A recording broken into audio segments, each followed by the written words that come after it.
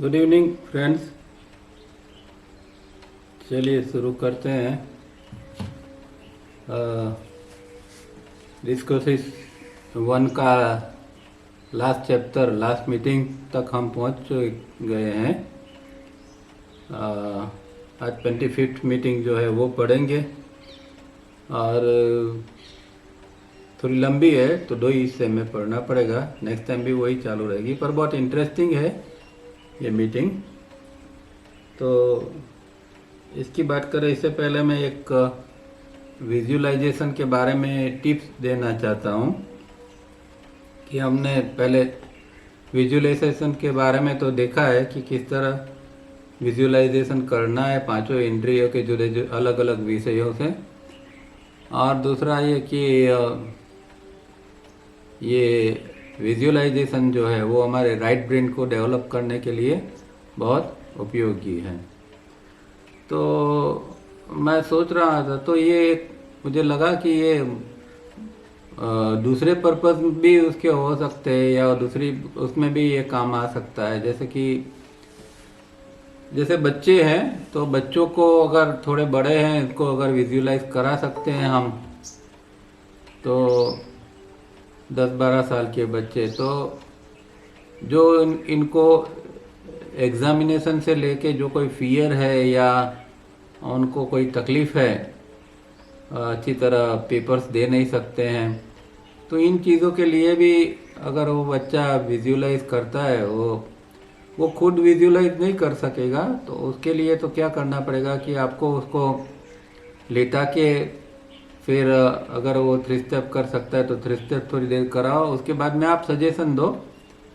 फिर देखो तुम्हें एग्ज़ाम से कोई डर नहीं है।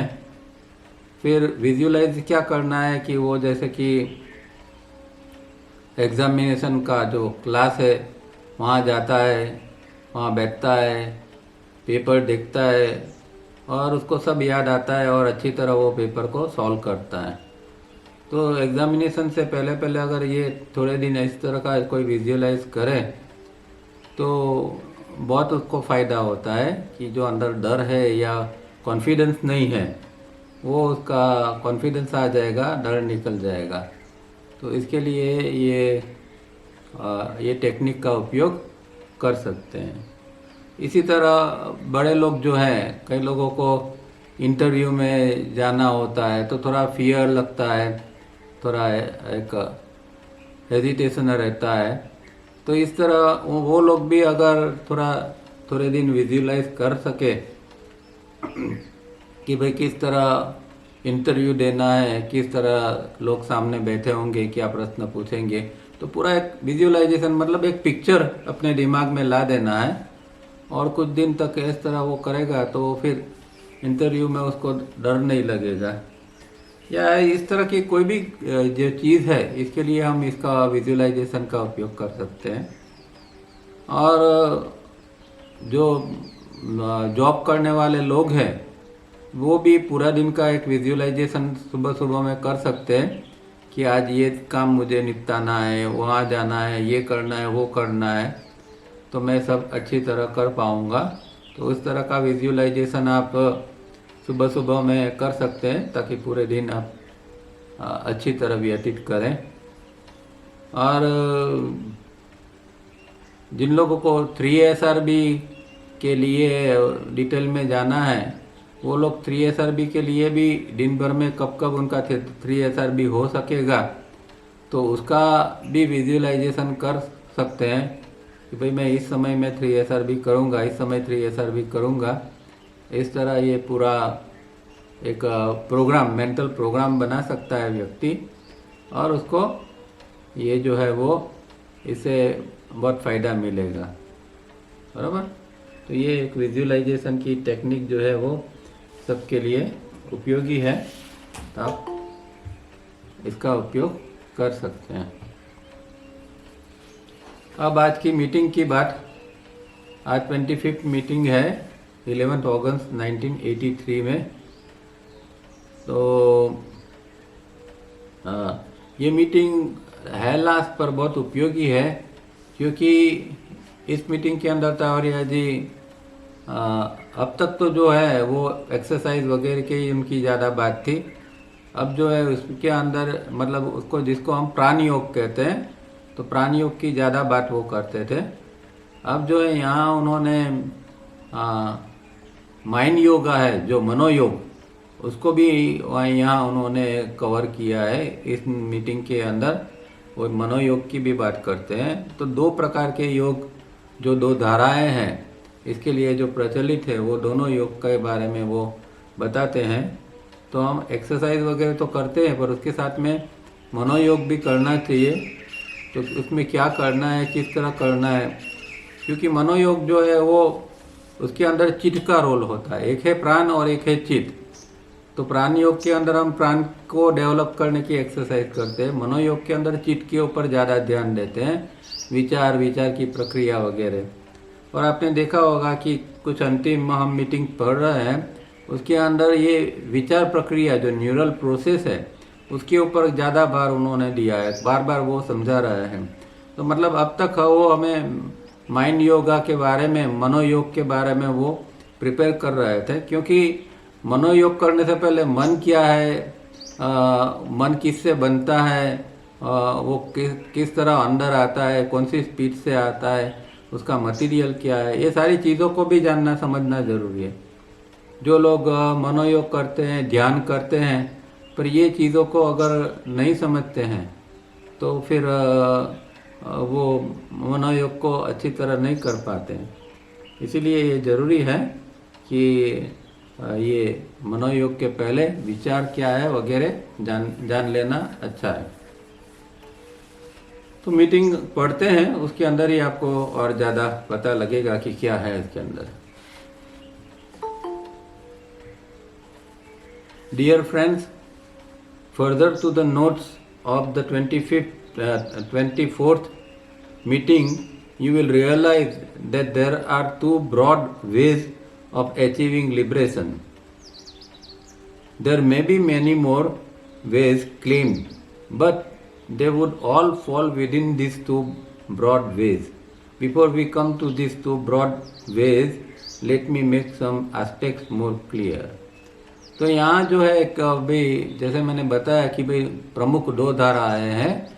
एक जो है प्राण के लेके साधना की जाती है, जिसको नॉर्मल कोर्स में योगा कहते हैं हम, और दूसरा जो है वो चित्त को लेके साधना करते हैं, जिसको मनोयोग कहा जाता है।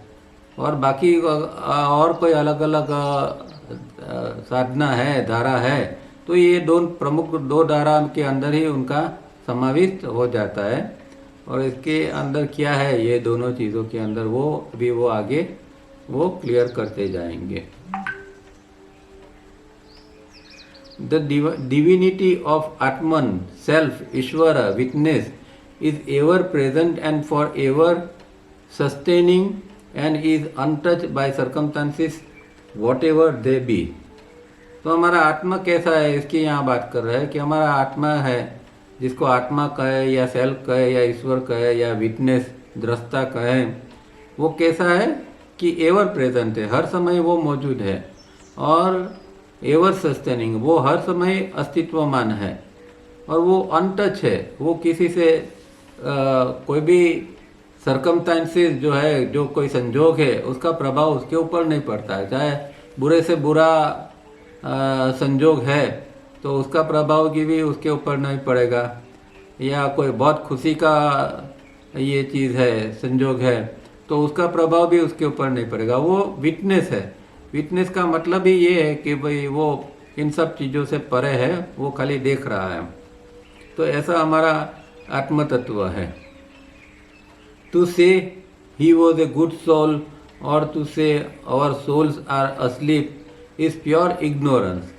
अब हम आत्मा के बारे में, आत्मा शब्द को लेके कई बार कई मुहावरे या कई बातें करते हैं, जैसे कि कहते हैं कि वो अच्छा आत्मा है, या कहते हैं कि भाई ये आत्मा निद्राधीन है, और कई लोग कहते हैं कि मेरा आत्मा ना कह रहा है या हाँ कह रहा है। ऐसे पॉलिटिशियन भी बोलते हैं कि मेरा आत्मा ना कह रहा है। तो सब लोग आत्मा की शब्द का बात करते हैं, पर ये जो है वो एक इग्नोरेंस है, क्योंकि आत्मा न जागता है, न सोता है, न वो अच्छा है न बुरा है, और ना वो हाँ कहता है वो ना कहता है, वो सिर्फ विटनेस है। तो वो कुछ नहीं करता, और अगर हम ऐसा शब्द प्रयोग करते हैं तो वो एक इग्नोरेंस, अज्ञान ही है हमारा। It is our brain acceptance that a man is good, और it is our brain acceptance that we have no contact with whatever that is known as soul.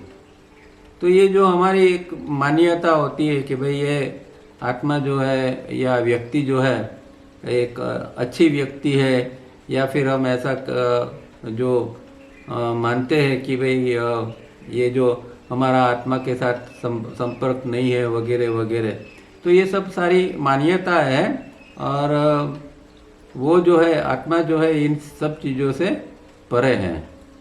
और जो हम आत्मा के बारे में जो जानते हैं वो सब हमारे मिसकंसेप्शन ही है। जब आत्मा का दर्शन होता है तब पता चलता है कि जो हमने आत्मा के बारे में सोचा था, समझा था वो तो आत्मा है ही नहीं। क्योंकि आत्मा के बारे में जो कुछ कहा जाएगा वो सच से बहुत दूर होगा।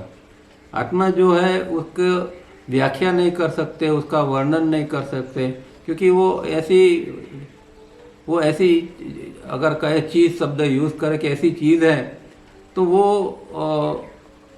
जो हमारी वाणी है या हमारा थिंकिंग है वो उससे भी परे है। तो हमारा थिंकिंग या वाणी इसको किस तरह प्रकट कर सकता है। इसीलिए ये आत्मा के बारे में कुछ भी कहना वो सब कुछ गलत है। इसीलिए आत्मा कहो या परमात्मा कहो, तो हमारे जो ऋषि मुनि थे उन्होंने बहुत ढूंढा कि आत्मा का स्वरूप क्या है, परमात्मा का स्वरूप क्या है।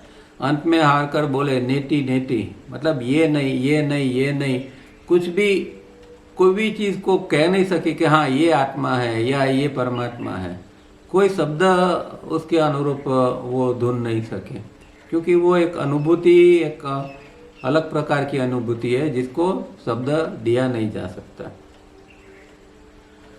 The easier way is the way it is now being outlined for you। तो यहाँ जो है वो एक उनके ये जो ये मार्ग है, दो धारा जो प्रवाह है, जो ये मार्ग है, उसके बारे में वो थोड़ा आउटलाइन, उसकी रूपरेखा देना चाहते हैं। It is to realise this divinity in our own A body self mind complex, and B also in our passion desire complex. Refer diagram. तो इसका डायग्राम पीछे दिया है, आप देख सकते हैं। पर ये कहना ये चाहते हैं कि भाई ये दिव्यता जो है हमारे अंदर, जो आत्म तत्व की दिव्यता है या आत्म तत्व है, उसको हम दो रूप से जान सकते हैं। एक तो बॉडी सेल्फ माइंड कॉम्प्लेक्स, तो जो शरीर और मन का जो तंत्र है उसके द्वारा, या फिर हमारे अंदर जो आवेग चल रहे हैं, भावावेग है, मन का आवेग है, या फिर डिज़ायर्स है अलग अलग, तो ये दोनों चीज़ों से हम जान सकते हैं इसका स्वरूप कि क्योंकि ये चीज़ों के साथ डिविनिटी जुड़ी हुई है। ये हम ऐसा सबके यहाँ प्रश्न होगा कि भाई ये बॉडी माइंड को समझने से डिविनिटी को किस तरह समझा जाएगा या अनुभूति होगी। तो ये डिविनिटी इससे परे नहीं है, वो हमें समझना है। और आगे ये बात ये स्पष्ट करेंगे आगे। The other way is by application of certain prana yoga exercises which also I will explain to you। तो दूसरा मार्ग जो है वो प्राण योग का है, जिसके अंदर प्राण की एक्सरसाइजेस की जाती है, आसन, प्राणायाम या तावरिया जी की सिस्टम में रिफाइनिंग, 3SRB, फेज, ये सारी जो चीज़ें हैं, प्राण रोटेशन, ये सब प्राण की एक्सरसाइजेस, प्राण योगा एक्सरसाइज है। One can then realize that by either method the A body self mind complex and B passion desire complex and even the entire objective universe, that is samsara, are all the manifestation of Atma, self, Ishvara, witness and are equally divine। तो दो मार्ग से ये हम इसकी अनुभूति प्रतीति कर सकते हैं कि भाई एक मेथड तो ये बॉडी माइंड को समझना है, और दूसरा जो है उसके साथ में जो है ये हमारे अंदर आवेग, इच्छा वगैरह क्या है उसको समझना है, और साथ में जो है वो दूसरा मार्ग जो है प्राण का। ये दो जो है वो मन का है, और दूसरा जो है प्राण की एक्सरसाइज, वो दूसरा प्राण योग है। तो ये सारी चीज़ें जो है उसको समझना है। पर ये जो जरूरी बात समझने की ये है कि ये जो कुछ भी है वो आत्मा का ही मैनिफेस्टेशन है, आत्मा का ही आविष्कार है। मतलब जो आत्मा की जो डिविनिटी है, तो वो जो जिस तरह आत्मा डिवाइन है, इसी तरह यहाँ ये कहते हैं कि हमारा शरीर, हमारा चित्त, ये भी सब डिवाइन है इसी तरह, क्योंकि वो इससे ही बना है, उससे उससे जुड़ा हुआ भी है और इससे बना हुआ है, इसीलिए ये इक्वली डिवाइन है। चाहे वो हमारा शरीर है, हमारा चित्त है, जो भी कुछ है अंदर। The aspects samsara and nirvana, man and God, are the two sides of same coin.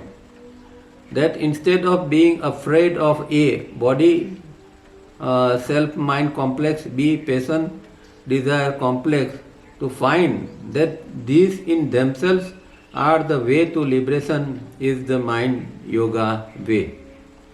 तो ये जो कुछ भी हम दो की बात करते हैं, तो दो, चाहे कुछ भी दो चीज़ हो, द्वैत जिसको कहते हैं, वो हमेशा एक सिक्के के दो बाजू, दो पहलू जैसे हैं। चाहे इसको हम कहते हैं कि ये संसार है और ये निर्वाण है, या ये मनुष्य है, ये भगवान है, तो ये कोई अलग अलग नहीं है, ये एक सिक्के के दो पहलू, दो भाग जैसे ही है। इस तरह उसको हमें समझना है। और ये जो बॉडी सेल्फ माइंड कॉम्प्लेक्स और पेशन डिजायर कॉम्प्लेक्स जो है, उसको उससे डरने की बजाय उसको जो है वो हमारे अंदर ही वो चीज़ पड़ी है, और उसको वही एक लिबरेशन का, मुक्ति का मार्ग बन सकता है। ये बात हमें समझनी है। और ये जो मार्ग बनेगा उसको मनोयोग कहा जाता है, या माइंड योग, मनोयोग। तो इस तरह बॉडी ब्रेन सिस्टम जो तावारी जी खास करके कहते थे, तो बॉडी ब्रेन सिस्टम को समझना वही एक मनोयोग का है, और दूसरा जो एक्सरसाइज का जो है वो प्राण योग है। इस तरह दो धाराएं हमारे प्राचीन काल से हमारे यहाँ ये दो धाराएं प्रचलित है। No one ever succeeded in eradicating these A, body self mind, and B, passion desire complexes, and achieved liberation. तो अगर आपको मुक्ति चाहिए तो आप कभी भी ये इसको इग्नोर नहीं कर सकते हैं। आप ये जो बॉडी माइंड जो है, इच्छाएं हैं, बॉडी है, मतलब शरीर जो है, मन है, उसकी इच्छाएं हैं, इसको आप इग्नोर नहीं कर सकते, इसको आप बाईपास नहीं कर सकते, इसको अवॉइड नहीं कर सकते कि नहीं भाई इसका क्या काम है। क्योंकि कई कई धाराओं के अंदर ऐसा है, बहुत सारी धाराओं के अंदर, कि भाई ये शरीर तो नाशवंत है, उसके प्रति ज़्यादा ध्यान मत दो, ये इच्छा है तो बुरी चीज़ है, इच्छाओं के प्रति ध्यान मत दो। इस तरह की जो शिक्षा दी जाती है, वो शिक्षा के ऊपर उन्होंने ये बात कही है कि भाई ये अगर आप इस तरह की शिक्षा से चलोगे और बॉडी और माइंड को आप इग्नोर करोगे, तो फिर लिबरेशन आपके हाथ से निकल जाएगा।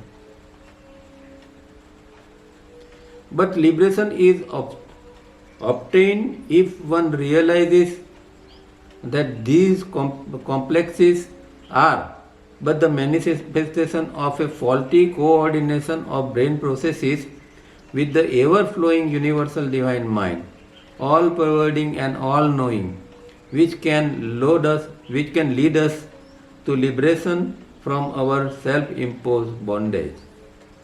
तो ये जो लिबरेशन जो हमें ऑब्टेन करना है, उसको जो प्राप्त करना है, मुक्ति अगर हम चाहते हैं, तो ये हमें दो चीज़ों को हमें ये करना पड़ेगा। जो हमारा जो अभी फॉल्टी कोऑर्डिनेशन है, मतलब जो गलत रूप से हमारा जो कोऑर्डिनेशन हो गया है दो चीज़ों का। कौन सी दो चीज़? एक जो है ब्रेन प्रोसेसेस है, दिमाग में जो थिंकिंग प्रक्रिया चल रही है, विचार प्रक्रिया या दिमाग के अंदर जो चल रहा है वो, और दूसरा जो यूनिवर्सल डिवाइन माइंड जो कि सर्वव्याप्त और सर्वज्ञ है, और वो अगर हमारे अंदर से फ्लो होता है तो वो ये दोनों जो है वो फॉल्टी है। इसीलिए अगर इसको हम करेक्ट कर सकते हैं तो फिर हम लिबरेशन की ओर जा सकते हैं। और हमने जो बॉन्डेज माने बंधन जो हमें सेल्फ इम्पोज किया है अपने आप ही, देखो बंधन जो है वो हम ऐसा मानते हैं कि किसी ने हमें बांध लिया है। कई लोग माया का उपयोग, शब्द का उपयोग करते कि माया ने हमें बांध के रखा है, पर हकीकत में ऐसा है नहीं। हमारा माइंड जो है वही माया है, हमारा माइंड जो है वही बंधन है, और हमारे अंदर जो जो गलत प्रक्रिया चल रही है वो सारी चीज़ें बंधन है। तो ये सेल्फ इम्पोज है, मतलब कि हमने खुद ही ये चीज़ों को हमारे ऊपर डाली हुई है। तो ये चीज़ों को हमें हटाना है, और इसके लिए ये जरूरी है कि ब्रेन प्रोसेस और यूनिवर्सल डिवाइन माइंड जो है उसका कोऑर्डिनेशन सही ढंग से हो, तो फिर लिबरेशन हम के मार्ग पर आगे जा सकते हैं।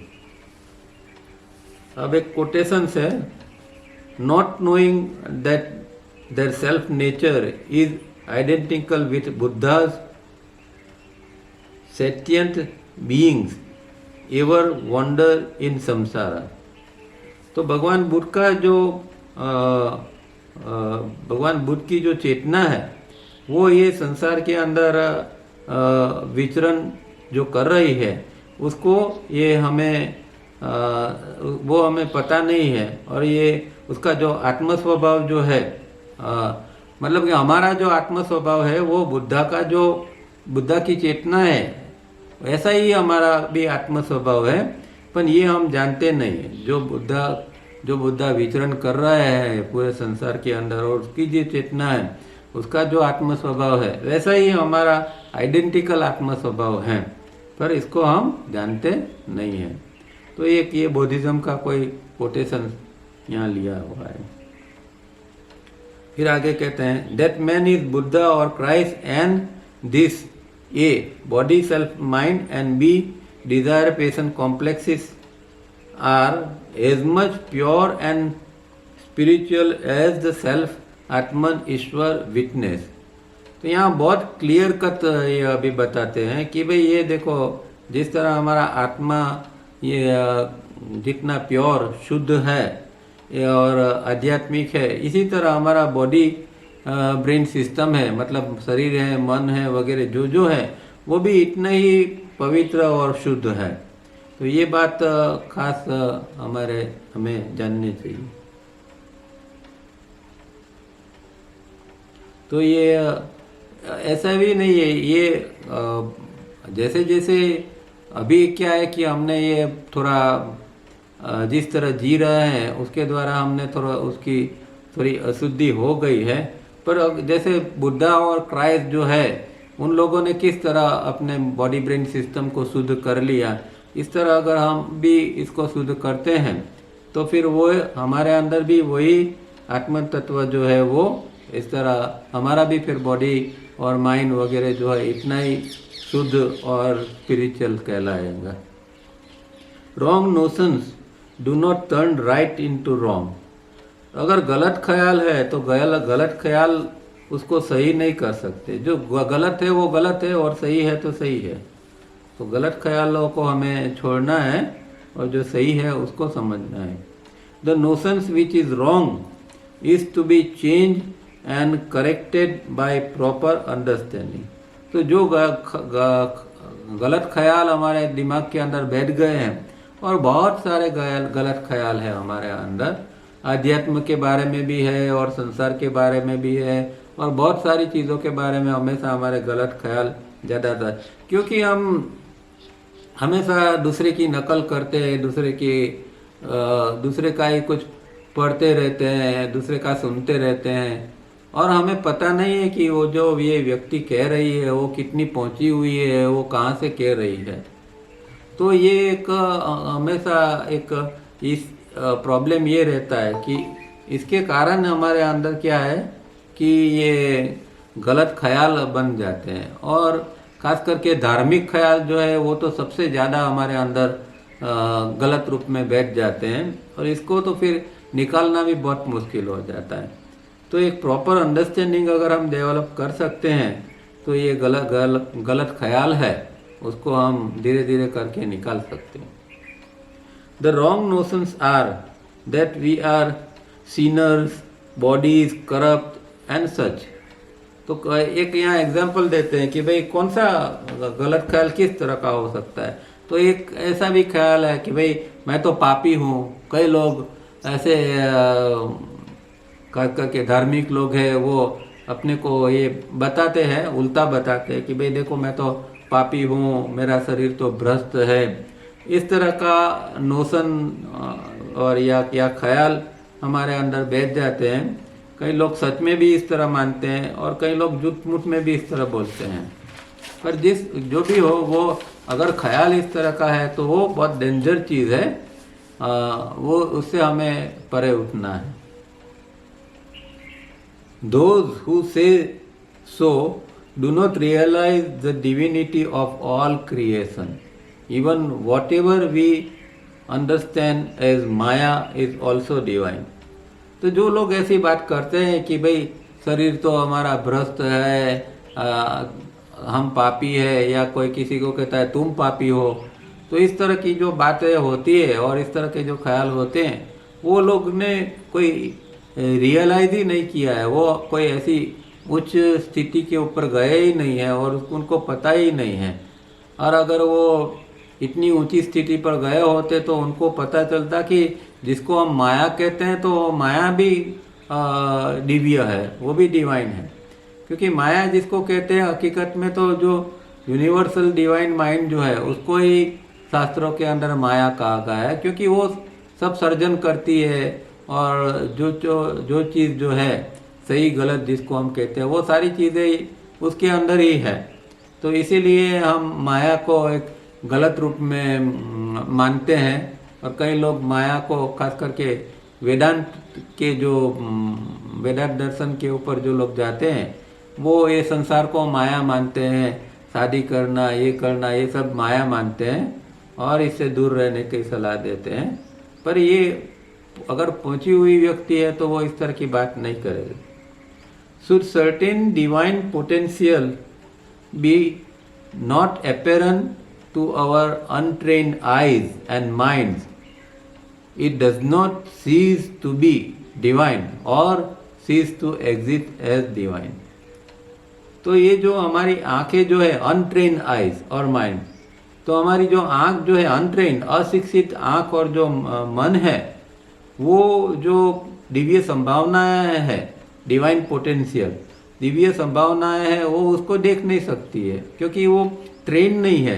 इसीलिए दिव्य संभावना क्या क्या हो सकती है हमारे लिए वो हमारी आंख देखती नहीं है और इससे इनकी दिव्यता का अस्तित्व मिटता नहीं है। पर अगर ये दिखती नहीं है तो इससे कोई ये दिव्यता है वो तो वहीं ही है, उसे उसका अस्तित्व खत्म हो जाएगा ऐसा नहीं है। तो दिव्यता है पर हमें हमारी दृष्टि को इस तरह ट्रेन करनी चाहिए कि हम हर जगह पर सब जगह के ऊपर हम दिव्यता का दर्शन करें। तो जो सिद्ध है पूर्ण व्यक्ति है वो हम जानते हैं कि वो कभी भी कोई चीज़ का इनकार नहीं करते हैं। वो ऐसा नहीं कहते कि भाई ये दिव्य नहीं है और ये दिव्य है, ऐसी बात कोई करता ही नहीं है क्योंकि वो हर जगह पर दिव्यता को देखते हैं। और जैसे हम कहते हैं ना कि भाई कण कण में भगवान, तो अगर कण कण में भगवान है तो फिर ऐसी कौन सी जगह है कि भाई वो दिव्य जगह नहीं है। अगर भगवान सब जगह है तो हर जगह दिव्यता है, तो फिर दिव्यता न होना ऐसा तो कोई प्रश्न ही नहीं होता है। हम नहीं देख सकते वो अलग बात है। The two broad all inclusive ways are, अब दो मुख्य कौन से मार्ग हैं।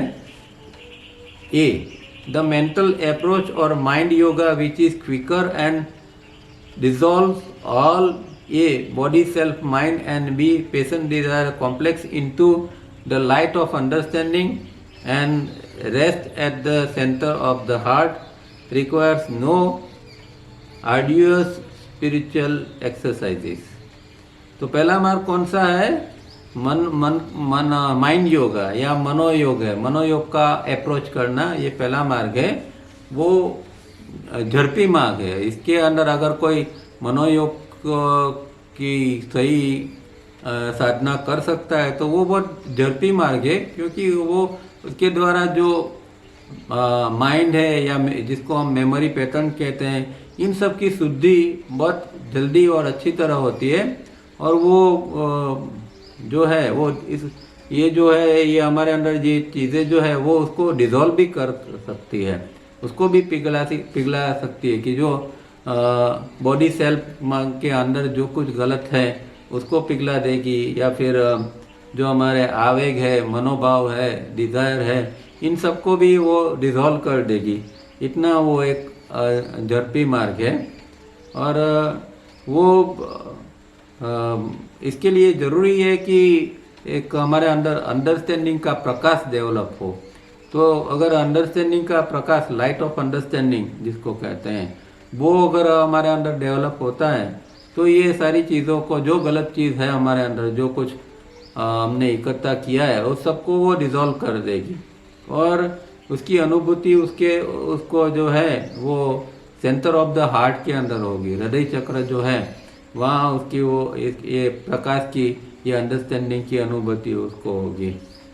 और दूसरी बात ये है कि इसके अंदर जो ये है वो जो एक्सरसाइजेस है, ये कठिन श्रमकारक एक्सरसाइजेस है, उसकी कोई ज़रूरत नहीं है, क्योंकि वो सीधा माइंड के साथ ही डील करता है।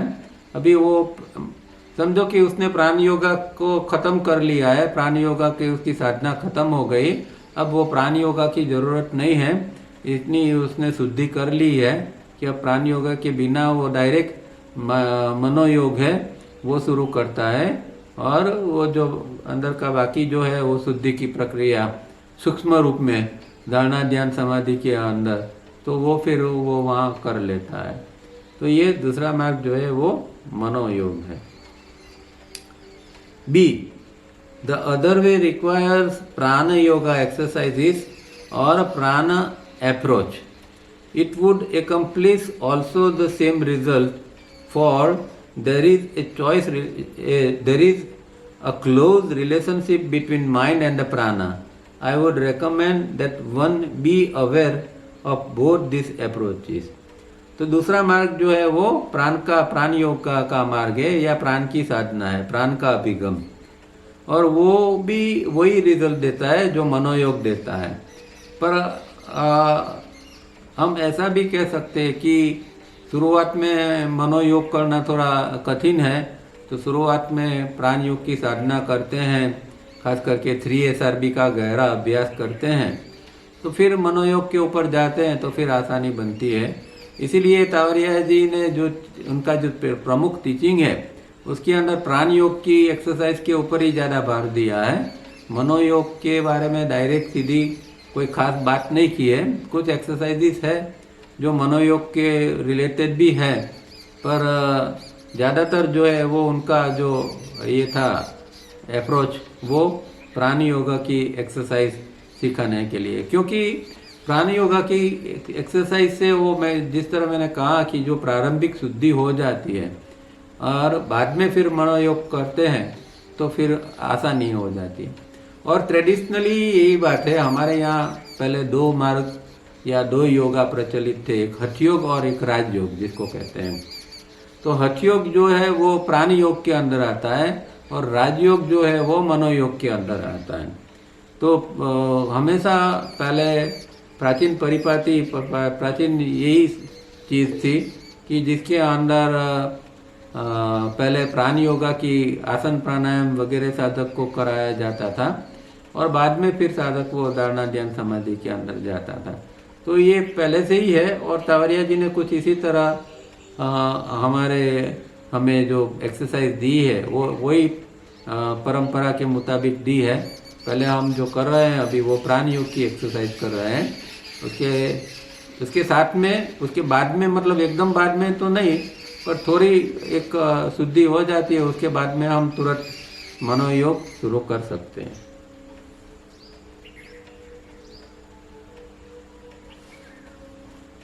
और उसका एक कारण ये भी है, बताते हैं कि भाई प्राण और मन दोनों का क्लोज रिलेशनशिप है, दोनों के अंदर बहुत एक जो अच्छे संबंध जिसको है वो एक दूसरे के साथ जुड़े हैं। एक सिक्के के दो पहलू है, ऐसे भी हम कह सकते हैं। एक और प्राण है, एक और मन है। और इसीलिए जो वशिष्ठ योगा है, वो वशिष्ठ मुनि ने जो वशिष्ठ संहिता करके एक किताब लिखी थी, ग्रंथ है, उसके अंदर यही बताते हैं कि भाई प्राण और मन एक सिक्के के दो पहलू है, और अगर आप प्राण का लय करते हो तो मन का भी लय होता है, और मन का लय करते हो तो प्राण का लय होता है। तो ये हमारे शास्त्रों के अंदर ये सारी चीज़ें बताई हुई है। Before going further, one must also realize the reciprocal working of self, mind and prana, that is, understand how both are linked. तो अभी आगे जाने से पहले वो कहते हैं कि भाई ये दोनों के अंदर जो मन है और प्राण है, ये दोनों की परस्पर कामगिरी क्या है, उसको या वो दोनों के अंदर लिंक क्या है, दोनों किस तरह एक साथ एक दूसरे के साथ जुड़े हैं, उसको समझना भी बहुत ज़रूरी है। तो मनोयोग शुरू करने से पहले हमें ये समझना है कि मनोयोग और प्राण योग के अंदर क्या लिंक होता है, क्या एक दोनों के बीच में जुड़ाव है। All so-called pairs of opposites should be properly understood as not opposite or contrasting, that is, potentiality and manifestation,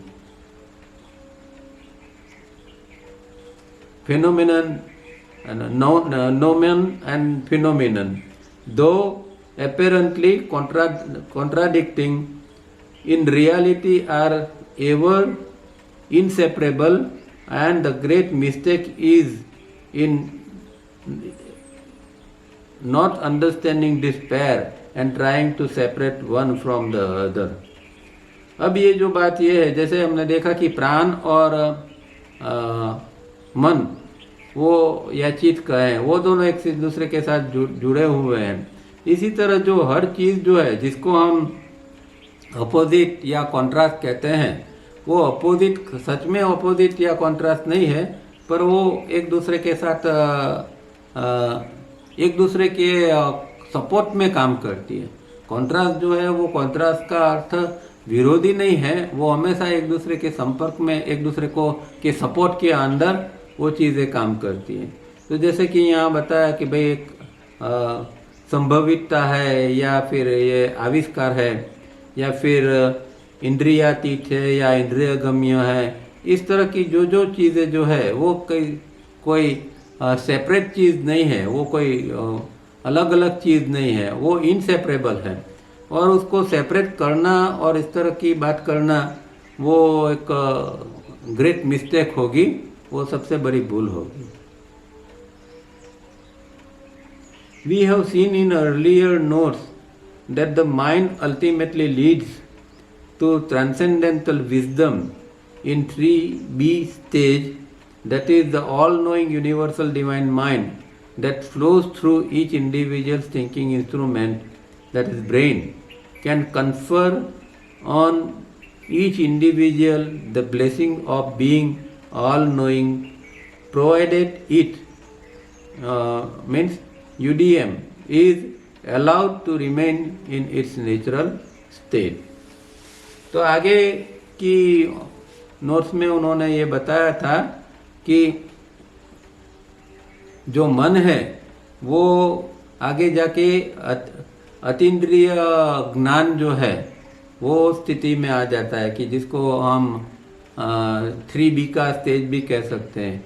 3B का स्टेज ये है कि जिसके अंदर जो हम ज्ञान प्राप्त करते हैं वो ट्रांसेंडेंटल है, वो ट्रांसेंडेंटल विजडम है, अतीन्द्रिय ज्ञान है। क्योंकि इंद्रिय द्वारा हम ये नहीं करते, 3A तक में तो हम इंद्रिय का उपयोग करते हैं, 3B के अंदर इंद्रिय का उपयोग नहीं करते हैं।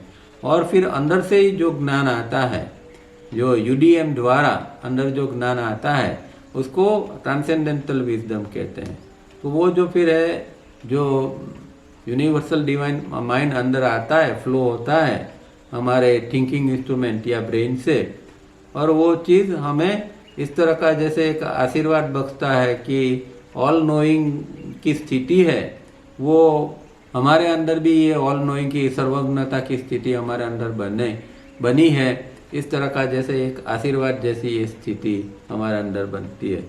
मतलब कि 3B की हमने अब तक में जाना है कि 3B की स्थिति ये है कि जिसके अंदर यूनिवर्सल डिवाइन माइंड फ्लो रहता है और इंडिविजुअल माइंड समाप्त हो जाता है। वहाँ सेल्फ माइंड जैसा फिर कुछ नहीं रहता है, जो कुछ कामगिरी चलती है वो सब इंडिविजुअल माइंड की होती है। तो ये स्थिति बहुत ऊंची स्थिति है और उसके अंदर फिर जो है ब्रेन की प्रक्रिया जो है, विचारों की प्रक्रिया ऑलमोस्ट समाप्त हो जाती है, शांत हो जाती है, और यूनिवर्सल डिवाइन माइंड फिर जो ज्ञान देता है उसको वो फिर साधक उसको ग्रहण करता है।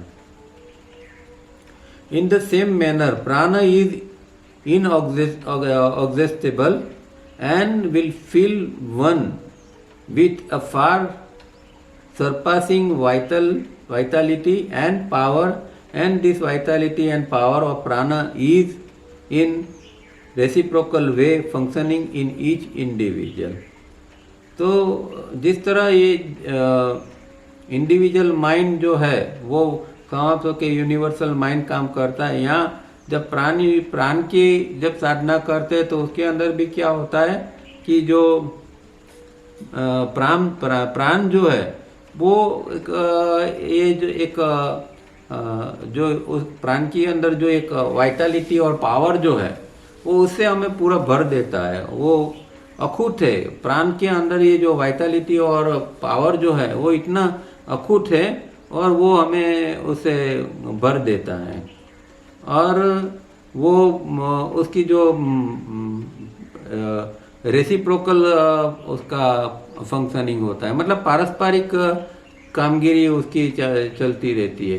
तो जब प्राण की साधना करते हैं तो प्राण का प्रभाव चित्त के ऊपर पड़ता है, रेसिप्रोकल, और जब चित्त की साधना करते हैं तब उसका भी रेसिप्रोकल प्रभाव जो है वो प्राण के ऊपर पड़ता है।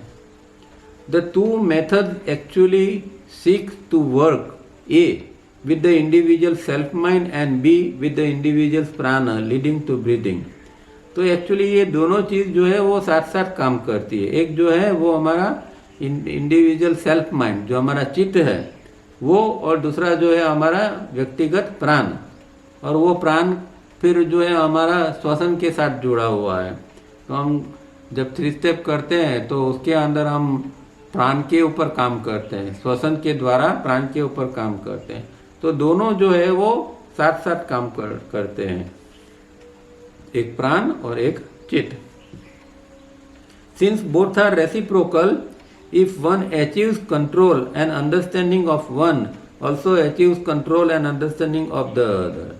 तो एक के ऊपर हमने कंट्रोल कर लिया और उसके बारे में हमें पूरी अंडरस्टैंडिंग आ गई कि भाई ये जो है मानो कि प्राण है, प्राण को हमने कंट्रोल कर लिया और उसकी अंडरस्टैंडिंग आ गई, तो उसके साथ साथ में हमारे अंदर चित्त को भी साथ साथ में कंट्रोल हो जाएगा और उसकी भी अंडरस्टैंडिंग, उसकी भी समझ हमारे अंदर आ जाएगी।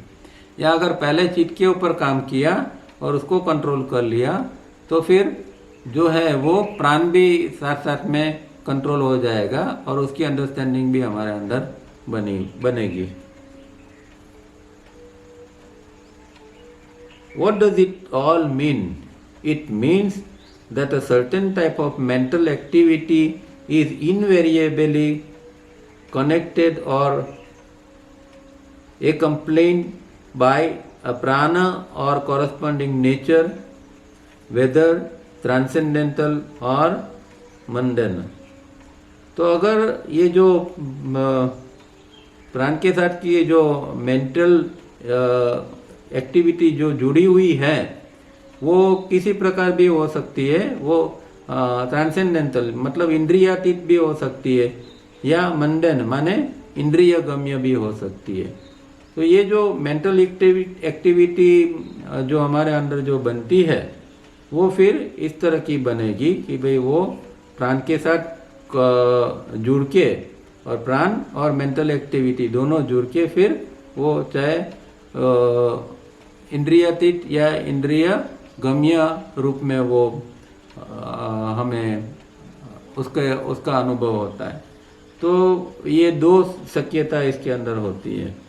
It means that a particular mood, feeling और thought is always accompanied by a prana of corresponding nature and rhythm, and which is reflected in an individual's breathing, that is anger or deep passion, produces not only a vigorous thought feeling but is also accompanied by harsh and rough breathing.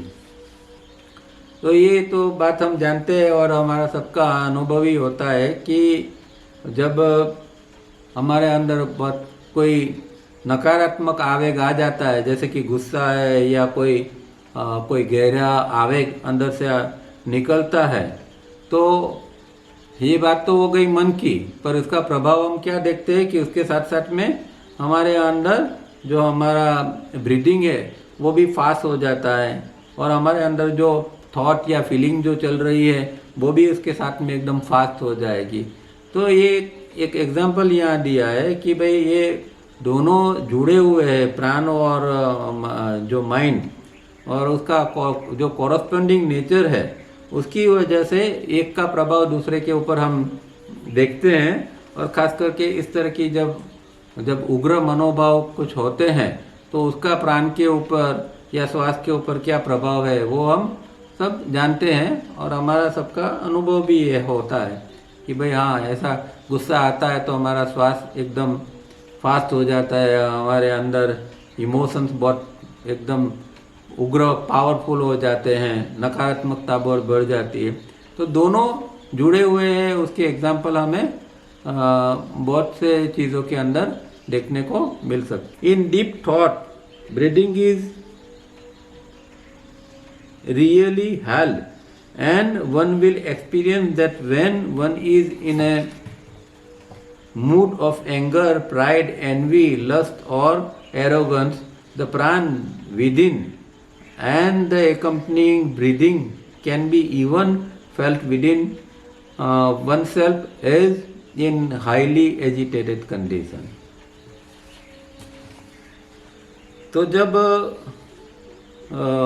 दो स्थिति यहाँ बताते हैं। एक स्थिति ये है कि अगर हम डीप थॉट में हैं, मतलब कि हम गहरे जैसे कि एक ज्ञान की कैसे स्थिति है, और ऐसी स्थिति के अंदर हमारे हैं जहाँ विचार बहुत कम हो गए हैं, इस तरह की स्थिति है, तो वहाँ एक अनुभव ये भी होता है कि हमारा श्वास भी जैसे कि थम गया है, श्वास नहीं चल रहा है, ऐसी मतलब कि प्राण थमता है तो मन थमता है, और मन थमता है तो प्राण थमता है। ये जो नियम है उसका अनुभव हमें ध्यान के अंदर मिलता है कि जब जैसे कि विचार अभी रुक गए हैं, अभी एकदम अंदर शांति छाई हुई है, तो अगर हम उस दौरान श्वास को देखेंगे तो श्वास भी जैसे कि एकदम रुक गए हैं, इस तरह की हमारे अंदर की स्थिति होती है। और दूसरा ये अनुभव होता है कि भाई हमारे अंदर जब कोई नकारात्मक चीज़ बनती है, जैसे कि मूड ऑफ एंगर, गुस्सा आ गया, या प्राइड, अभिमान का भाव आ गया, या फिर ईर्ष्या या वासना या उद्धता, इस तरह का जब हमारे अंदर भाव आता है तो उसके साथ साथ में हम देखेंगे कि हमारा ब्रीदिंग भी जो है वो भी गड़बड़ी वाला हो जाता है। जैसे नकारात्मक भाव आया ऐसे तरह हमारा ब्रीदिंग है वो नकारात्मक रूप में चलने लगेगा, मतलब कि हार्श ब्रीदिंग हो जाएगा, या एजिटेशन वाला हो जाएगा, एजिटेटेड कंडीशन बन जाती है, उत्तेजित अवस्था अंदर बन जाती है। तो ये सब चीज़ें ये यहाँ ये बताने का प्रयत्न करते हैं कि प्राण और मन दोनों बहुत गहरे रूप में एक दूसरे के साथ जुड़े हुए हैं। So every mood, thought or feeling is accompanied by a corresponding or reciprocal prana and having its effect on the outward breathing. During dharana and dhyana practices, the blood circulation slows down almost to cessation, and so also one's outward breathing. तो जब हमारे अंदर कोई feeling जो होती है वो किसी प्रकार भी के कोई विचार या मूड या कोई फीलिंग हमारे अंदर जब प्राण के साथ में उसके अनुरूप उत्पन्न होती है, जिस तरह का भाव इस तरह का प्राण, तो उसका असर जो है हमारा जो ब्रीदिंग है उसके ऊपर तक उसका असर आ जाता है। और इसी तरह धारणा ध्यान जब व्यक्ति साधना के अंदर जाता है तो उस दौरान उसका ब्लड सर्कुलेशन है वो बहुत स्लो हो जाता है, ऑलमोस्ट जैसे कि रुक गया हो इस तरह का हो जाता है। और उस दरमियान उसका जो प्रभाव है वो श्वास के ऊपर भी पड़ता है, तो जैसे कि श्वास भी उस दौरान एकदम शांत हो जाता है, रुक गया हो ऐसा लगता है। ये बार बार एक ही चीज़ को बताने का प्रयत्न करते हैं कि भाई ये सब एक दूसरे के साथ जुड़े हुए हैं। अगर आप प्राण का निरोध करते हैं तो मनो निरोध हो जाएगा, और अगर आप मनो निरोध करते हैं तो प्राण का भी निरोध हो जाएगा।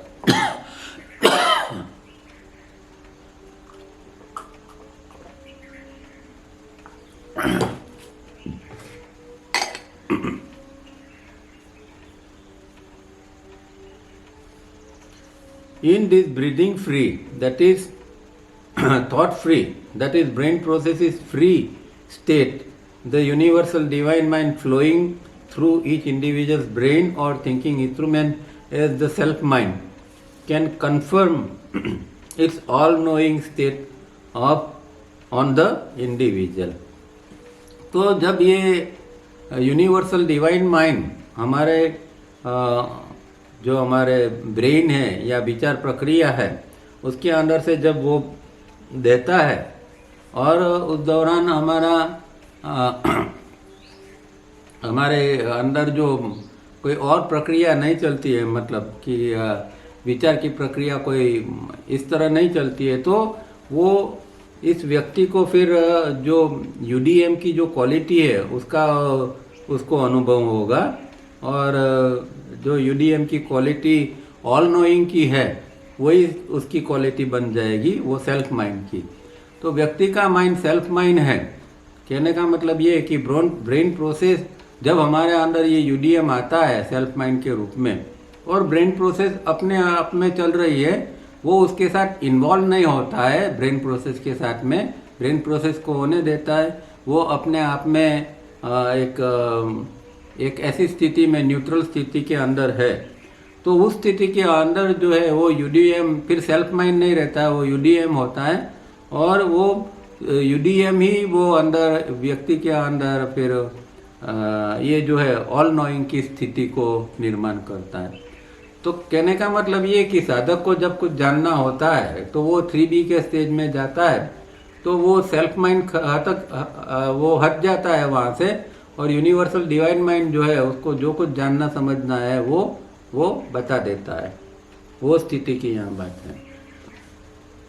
सो A is mind yoga and B is prana yoga. The former stresses the observation and cultivation of self mind, and this requires no ritual or yogic practice, yogic preparation. And B, here is a series of vigorous and complex yoga practices performed. तो mind yoga और प्राण योगा दोनों के अंदर क्या main तफावत है कि जो मन योगा है उसके अंदर उसकी साधना अलग है। तो एक उसका अंदर एक चीज़ है वो ऑब्जर्वेशन, तो जिसको सेल्फ ऑब्जर्वेशन कहते हैं हम, स्वनिरीक्षण। तो स्वनिरीक्षण मनोयोग का एक भाग है। और जो दूसरा जो है माइंड को कल्टीवेट करना है, उसको इस तरह तैयार करना है, तो वो माइंड जो है वो ऑब्जर्व कर सके और अपने अंदर वो धीरे धीरे करके करेक्शन ला सके।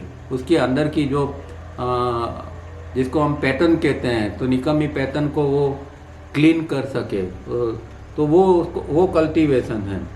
और इसके अंदर फिर ऐसे योगा की ये जब कठिन जो प्रक्रिया है, साधना है, प्रैक्टिसेस है, उसकी कोई ज़रूरत नहीं है। उसके अंदर डायरेक्ट माइंड के ऊपर ही काम किया जाता है।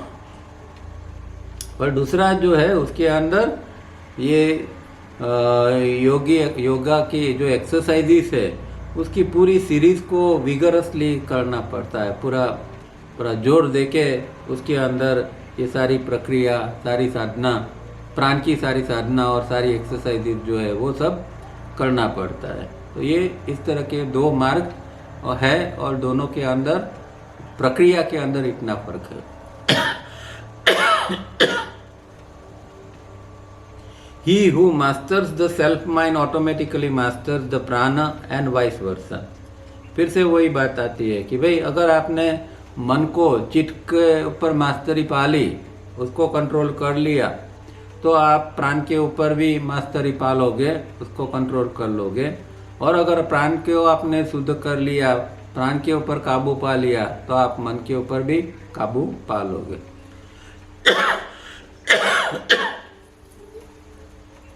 Mind yoga is thus free from the necessity of strenuous yoga exercises, but the same are needed in prana yoga practices। तो मनोयोग के अंदर जो strenuous योगा प्रैक्टिसेस जो है, ये कठिन जो प्रक्रिया है, कसरत जिसको कहते हैं या दूसरी प्रक्रिया, उसकी कोई ज़रूरत नहीं है। और प्राण योग के अंदर इसकी बहुत ज़रूरत है। मतलब कि प्राण योग की शुरुआत तो इन चीज़ों से ही होती है। I give below a few quotations of ardent mind yoga disciple. तो कोई उत्साही मनोयोग के जो साधक है उनके कुछ विचार यहाँ तावरिया जी ने दिए हैं। 3 कोटेशन से। पहला है, O may I realise the self mind which is free from all discrimination, that is thought forms और ब्रेन प्रोसेसेस। तो क्या कहते हैं कि मुझे ऐसे चित्त की प्रतीति हो, इस तरह का चित्त मुझे रियलाइज हो कि जो सब डिस्क्रिमिनेशन से या जो ब्रेन की प्रोसेस है, थिंकिंग प्रोसेस है, उससे मुक्त हो, ऐसा मेरा चित्त बन जाए या ऐसा चित्त की मुझे प्रतीति हो, अनुभव हो। तो ये पहला कोटेशन से, जिसके अंदर उसको सिर्फ चित्त की, ऐसे चित्त की प्रतीति वो चाहता है कि जिसके अंदर कोई थॉट थिंकिंग प्रोसेस नहीं है, इस तरह का चित्त की वो अपेक्षा करता है। दूसरा, apart from worldly influence and distractions, that is 3A, may I rest at ease in mind's natural state, UDM 3B, and learn the subtle teachings of mind practice। तो अब क्या कहते हैं कि जो संसारिक प्रभाव और जो विक्षेप है उससे अलग जो स्थिति है वो 3A की स्थिति है कि जिसके अंदर संसारिक प्रभाव नहीं होता है और विक्षेप भी उसके अंदर खास नहीं होते। वो स्थिति से वो दूसरी स्थिति जो 3B की स्थिति है उसकी ओर वो जाना चाहते हैं। आई rest at is in minds natural state. तो दूसरी स्थिति नेचुरल स्टेट है, पहली जो स्थिति है वो 3A की है। अब वो दूसरी स्थिति के अंदर वो जाना चाहता है। और जो सूक्ष्म मन की प्रक्रिया है, सूक्ष्म साधना जो है, उसको वो जानना चाहता है। तो यहाँ रुकते हैं, कोई किसी को प्रश्न हो तो 2-3 मिनट है, हम बात कर सकते हैं। हाँ बोलो, कहीं नहीं।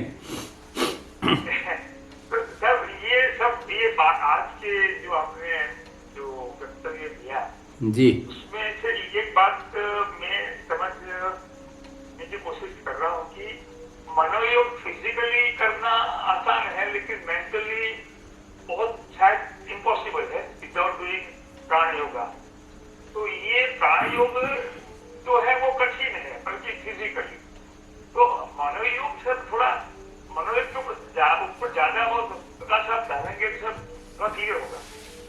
नहीं नहीं, वो समझते हैं, वो हमारी मिसअंडरस्टैंडिंग है। मनोयोग कोई आसान नहीं है। हम ऐसा मानते हैं कि भाई ये विचार को थोड़ा देख लिया और ये किया वो मनोयोग हो गया।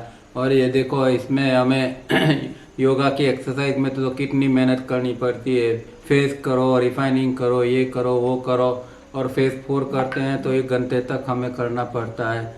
तो ये जो एक हम इस तरह जो सोचते हैं वो सही नहीं है।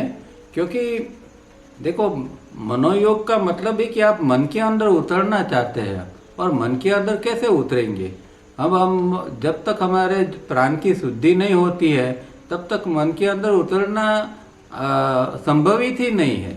जो लोग बिना हठ योग का या बिना ये प्राण योग की साधना के, जो लोग पूरे संसार के अंदर आप देख लो, जो लोग मनोयोग की बातें करते हैं और जो इवन सिखाते भी है सीधे सीधा ध्यान करो, ये करो वो, उसमें कोई सफलता नहीं होती है। या 100 में से 1-2 व्यक्ति को अगर सफलता मिलती है तो वो कोई सफलता नहीं।